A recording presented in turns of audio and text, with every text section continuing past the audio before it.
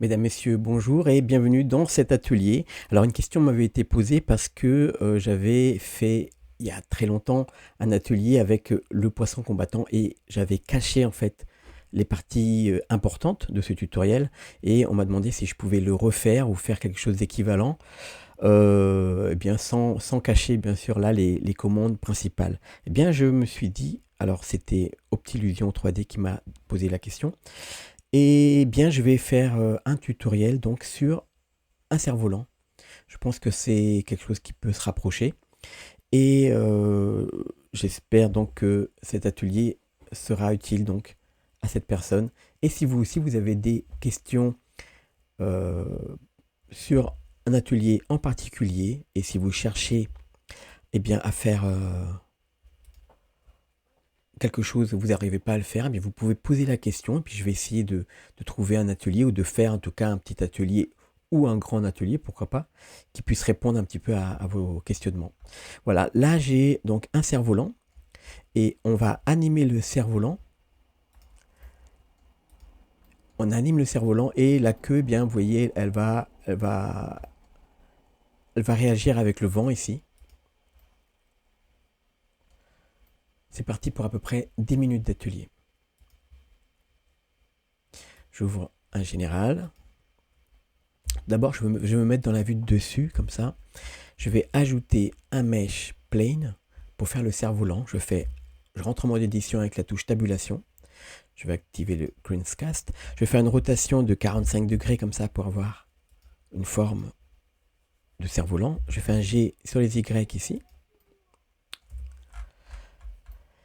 Et maintenant, je vais ajouter donc en mode objet, je vais ajouter un plane. Je fais un scale. G sur les Y, je vais le placer à peu près à cet endroit-là. Je rentre en mode édition, je sélectionne les deux parties ici. Je fais un G sur les Y pour à peu près avoir la queue du cerf-volant jusqu'à cette distance. Je fais CTRL R. Je vais monter avec ma roulette vers le haut pour découper cette partie-là. Et là, important, je vais prendre ces vertices ici, 3 ou 4 comme ça, ou 2, juste 2. Et je fais un CTRL G pour créer un groupe. Donc là, j'assigne à un groupe que vous pouvez retrouver ici. Donc là, le groupe est créé, je peux l'appeler cerf-volant. Le groupe est créé et maintenant je peux parenter la queue du cerf-volant à mon cerf-volant. CTRL P. Je fais un parentage vers objet et là, si je bouge avec R mon cerf-volant, eh bien la queue, elle va bouger avec. Je vais créer maintenant un début d'animation. Donc je vais me mettre comme ça. Je vais me mettre, on va dire ici pour la première image. Je vais activer ici l'enregistrement automatique. Et je vais bouger, je vais me mettre comme ça, ici. Je vais refaire la même chose à la fin pour que ça puisse boucler si c'est possible. Donc là, à peu près à 100, je vais me déplacer, lever un peu le cerf-volant comme ça.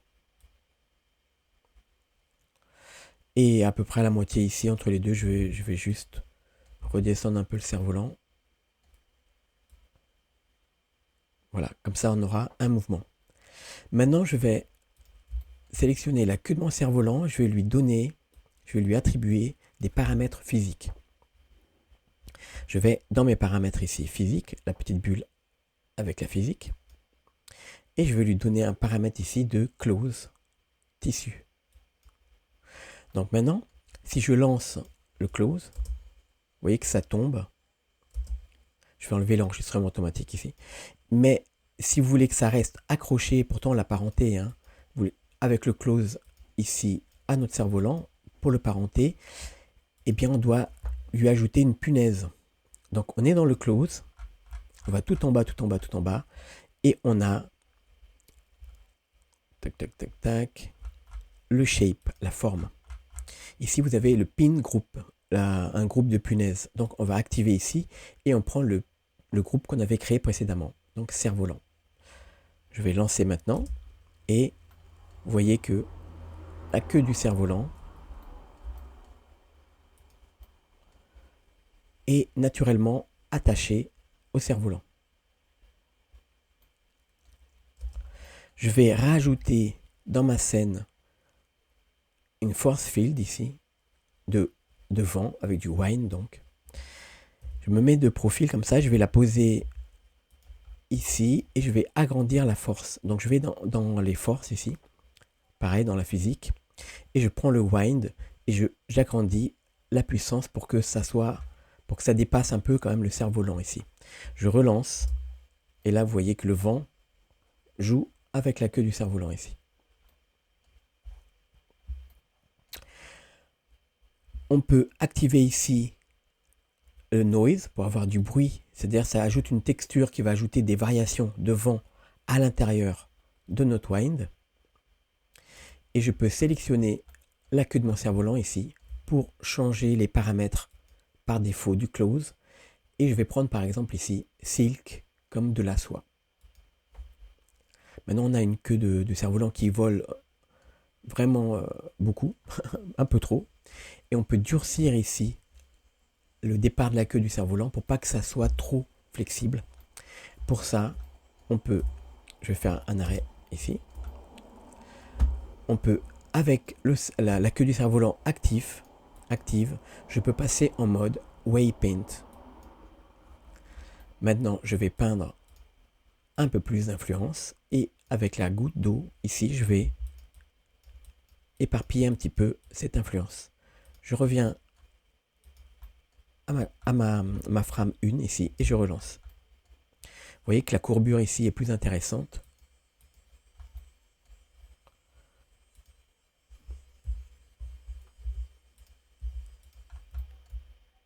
Et on va baisser un petit peu la puissance quand même. Et vous pouvez quand même continuer à paramétrer ici, par exemple, la viscosité de l'air. La vitesse ici de la réaction. Alors, à 1 ici, ça va très bien. Vous pouvez ralentir un peu. Vous aurez quelque chose de plus aérien. Et voilà. Il vous reste plus qu'à ajouter un décor. Et on a terminé avec notre cerf-volant et sa queue. J'espère que vous avez aimé. N'hésitez pas à mettre un pouce, à liker, à vous abonner également si vous n'êtes pas abonné. Et puis on se retrouve avec pourquoi pas une autre question d'un internaute. Merci beaucoup.